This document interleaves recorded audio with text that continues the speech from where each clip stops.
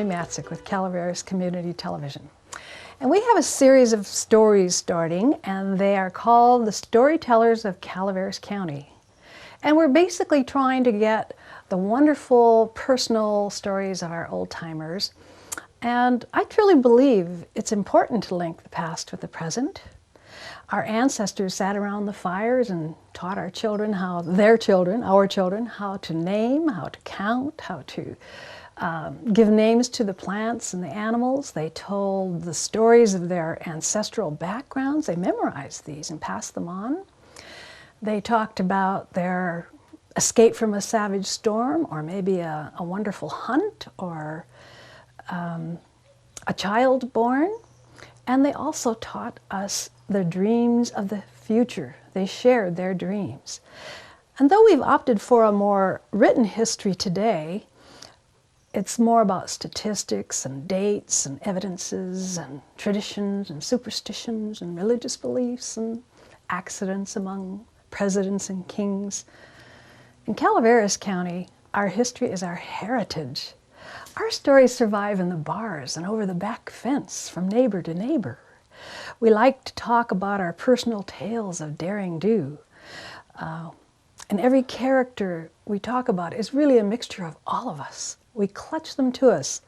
We may share a bit of evil, a measure of good, a hint of exaggeration, a little suppression, maybe some judicious reporting or some juicy gossip, suspended credulity. We search for the truth and justice and laughter and maybe the neighbor's cow. We laud our friends and family, our past deeds of strength and valor. Oh yes, every story is a tradition we love. And those stories form a monument to our immortality. So let the tall tales begin. I'm Rosemarie Bossy Faulkner, and I'm here in the Red Barn Museum with Paul Moeller, and I'm going to tell you a story about my family in the early days. My mother was Louise Sandoz, and she married Henry Bossy at Mitchell Mill in 1908. And they went over to Henry's farm on the South Fork of the McCallamy River, and that's where they established their home and raised their family. In 1909, their first son was born, Paul, and in 1910, the second child was born, whose name was David, and unfortunately, that child died in infancy. In 1912, Mother gave birth to twin boys, Edward and Ernest, and then in 1913, she had another baby boy whose name was Harry. So there's my family with 4 little boys. In 1915, Mother gave birth to another child, which was my sister, and her name was Ruth. And this story is really about my mother and this little baby.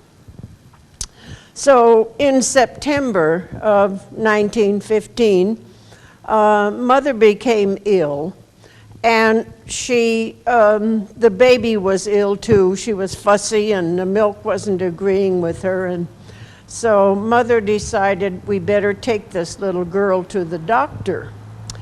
My parents didn't have a car at that time, but they had a wagon and they had a buggy.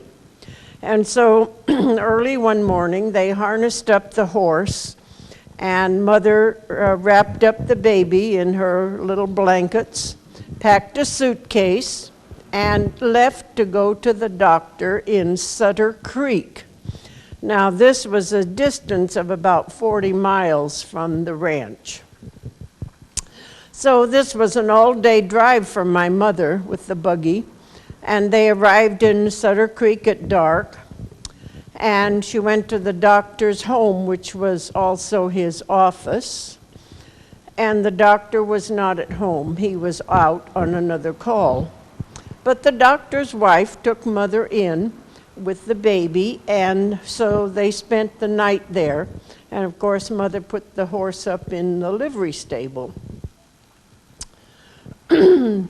the doctor didn't return the next day, so they spent 2 or 3 nights there in Sutter Creek waiting for the doctor to return. Now, there wasn't any telephones at home. There wasn't any communication. So Father was home taking care of these little boys and the farm, and Mother was waiting for the doctor. Well, she received her medical help, packed up her little baby, and got back in her buggy and started for Railroad Flat.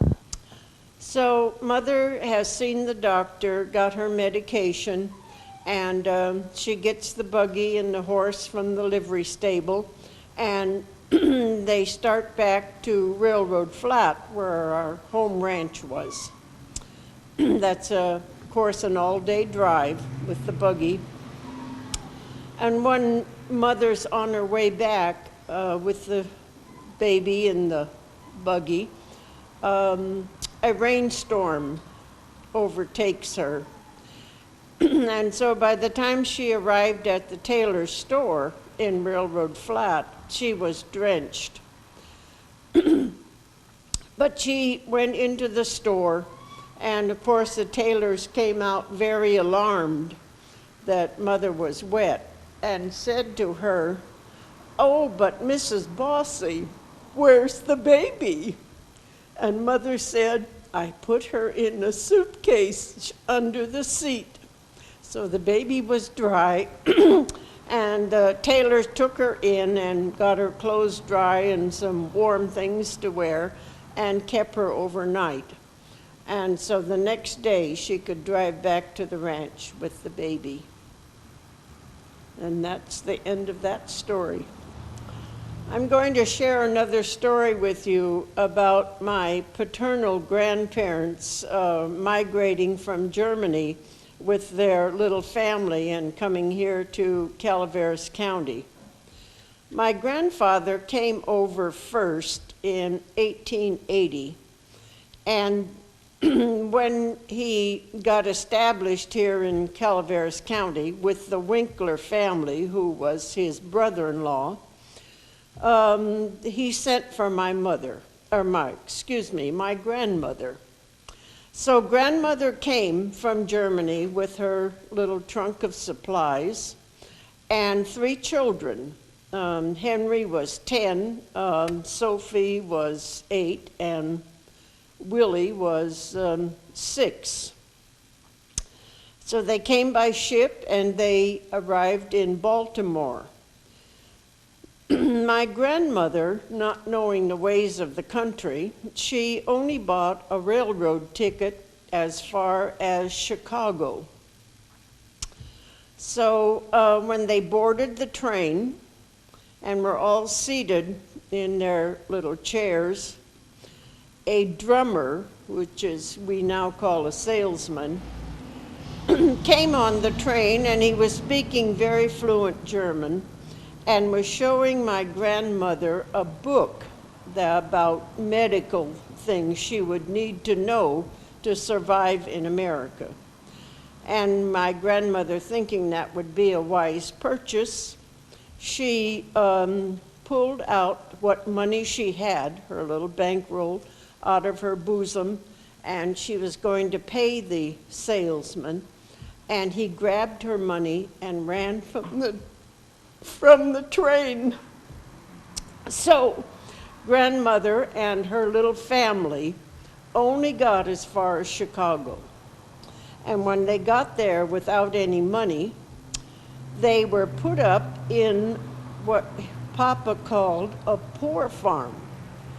So that was a living facility with a farm. And he, being 10 years old, was considered a young man, so he was taken from his mother and he was put in the men's quarters, and grandmother and the other 2 children went to the women's quarters. So that's where they lived for 6 months until the Winklers and grandfather Bossy could get enough money together to pay their passage out to California. So they arrived by train in San Francisco, and grandfather went with the wagon and a team to San Francisco and brought them up to San Andres. The Winklers had a little small cabin up on Swiss Ranch Road, and so that's where they proceeded to go to make their home. After they'd lived there a very short while, grandmother was in the family way with another child. Grandfather was earning his living by going up on the summit level and cutting down sugar pine trees, and he was making shakes. And then the Winklers freighted those shakes down to Mountain Ranch and San Andres where they could be marketed. So that's where the grandparents lived until they got established, and then grandfather took up a homestead on Swiss Ranch Road, which is now the Dunn's property, and they built a nice little house there, and that's where they lived until they were both deceased.